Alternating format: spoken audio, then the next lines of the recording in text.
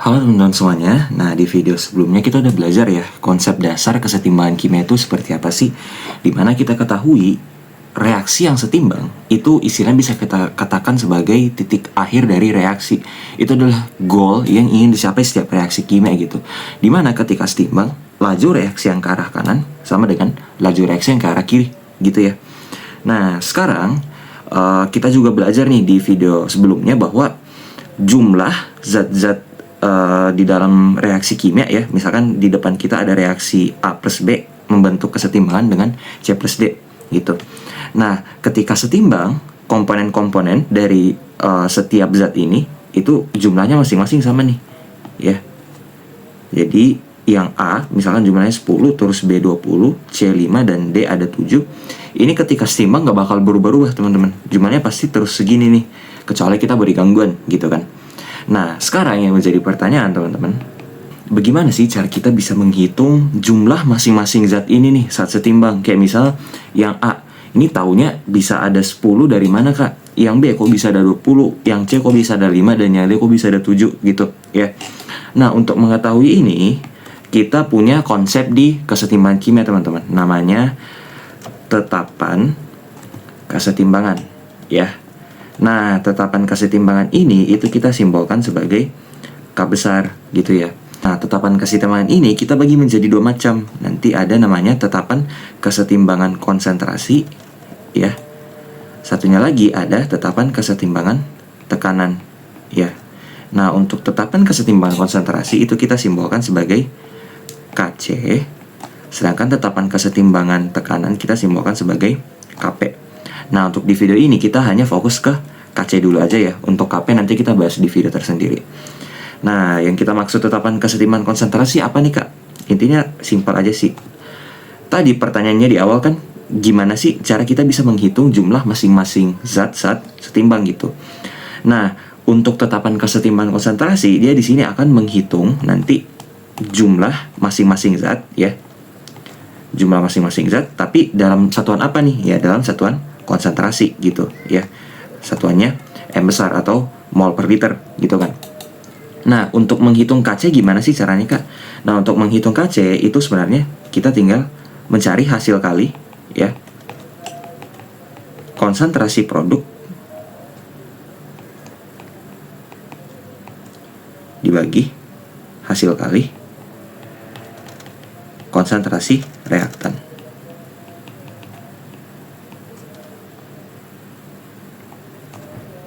Nah, nanti setiap spesinya, setiap zat-zatnya gitu ya, itu nanti masing-masing dipangkat koefisiennya teman-teman. Jadi nanti setiap produk yang ada itu dipangkat koefisien, terus reaktannya juga dipangkat koefisien. Nah, ini mungkin buat sekarang aku mengerti. Kalau misalkan kalian masih pusing ya, karena ini aku juga masih exposure awal terkait rumusnya gitu.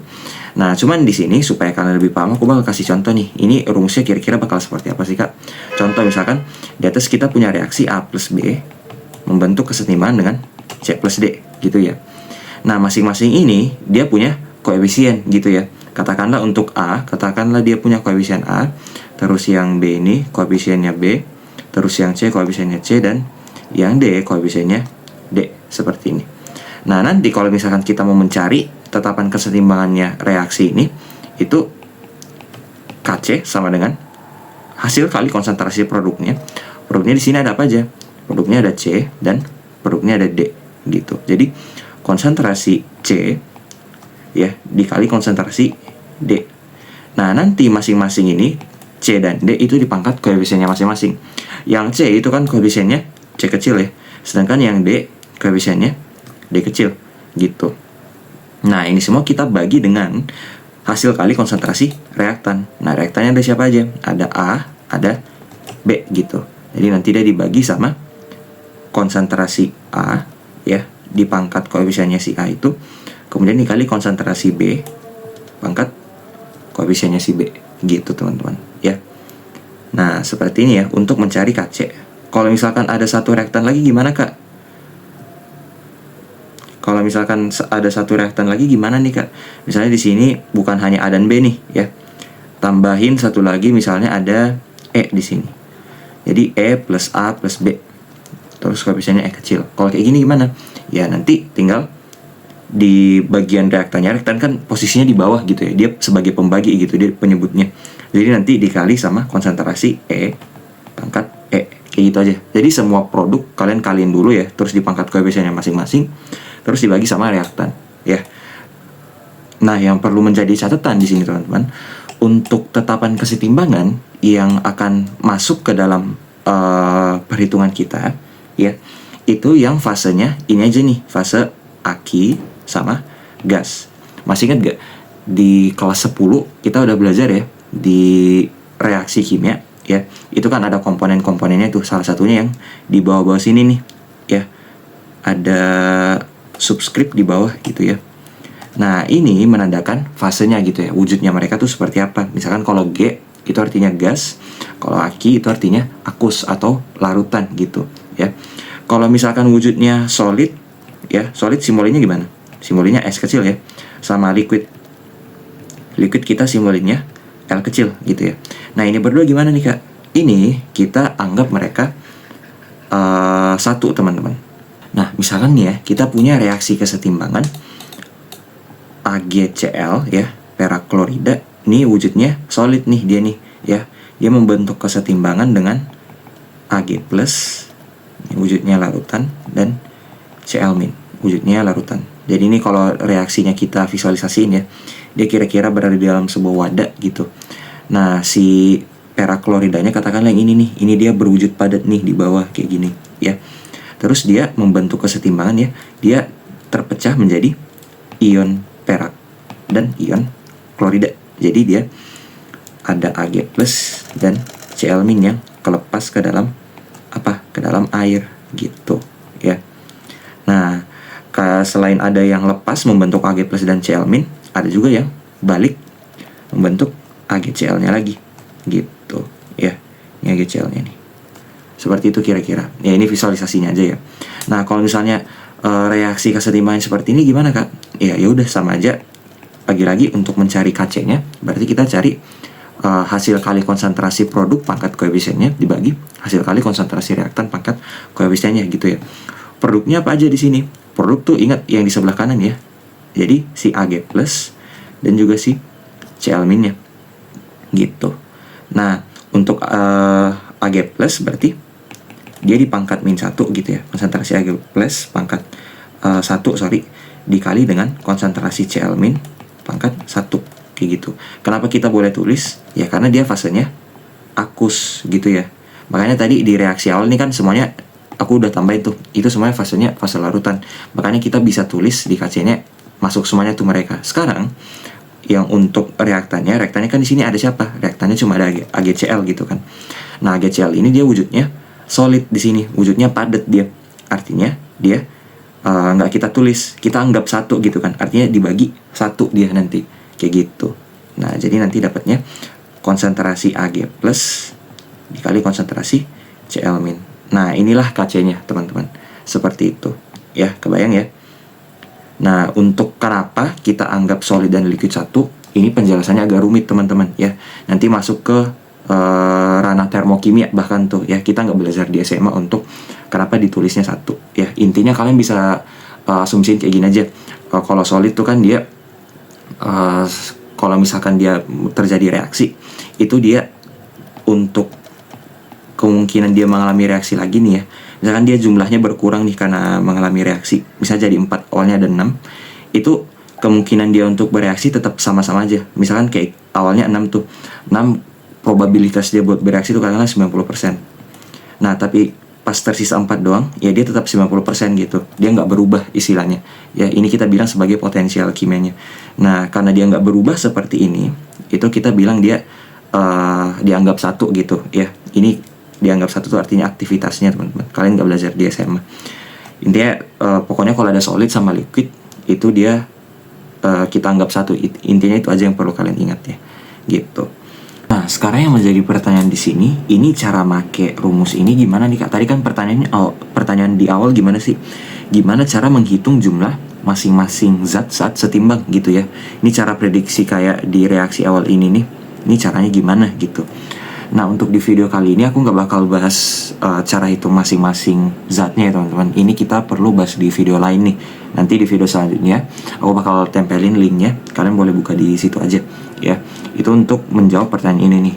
Nah, untuk di video kali ini aku bakal lebih ngajarin cara ngitung KC-nya gimana sih gitu ya. Yang penting kalian tahu bahwa untuk menjawab pertanyaan tadi itu kita perlu siapa sih tetapan kesetimbangan ini. Dalam hal ini kita kan bahasnya tetapan kesetimbangan konsentrasi gitu ya.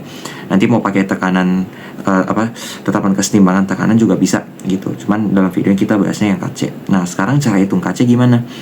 Jadi diketahui sebuah pabrik amonia ingin mengukur tetapan kesetimbangan berdasarkan suhu operasi pabriknya gitu ya. Jadi si pabriknya ini mau bikin si amonia ini, si NH3 gitu ya. Nah, dia udah ada suhunya sendiri nih. Jadi kayak dia punya mesin gitulah. Nah, mesinnya ini suhunya ya udah konstan gitu. Dia beroperasi di suhu sekian.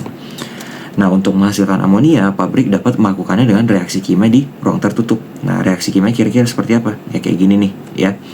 K-nya kita belum diketahui di situ.